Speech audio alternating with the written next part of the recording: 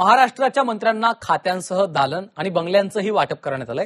मात्र अद्यापही पालकमंत्री पदाचं वाटप झालेलं नाहीये।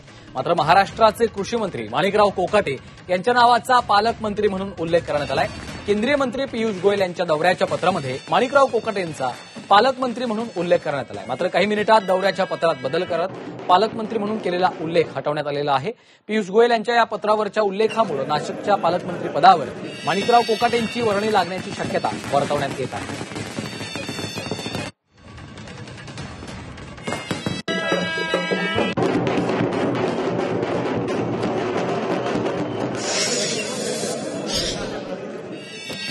आपण पाहतोय पियुष गोयल यांच्या या दौऱ्याच्या पत्रिकेमध्ये आधी माणिकराव कोकाटे यांचा पालकमंत्री असा उल्लेख करण्यात आलेला होता। मात्र नंतर त्या पत्रामधून पालकमंत्री हा उल्लेख हटवण्यात आलेला आहे। त्यामुळे विविध चर्चा सुरू झालेल्या होत्या।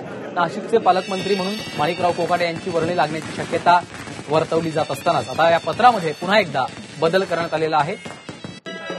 आपण पहिलं पत्र पाहतो त्यामध्ये पालकमंत्री असा उल्लेख केलेला आपल्याला स्पष्टपणे दिसतोय। मात्र त्यानंतर आलेलं हे दुसरं पत्र देखील आपण पाहतोय। यावर आता पालकमंत्री हा शब्द हा उल्लेख हटवण्यात आलेला आहे।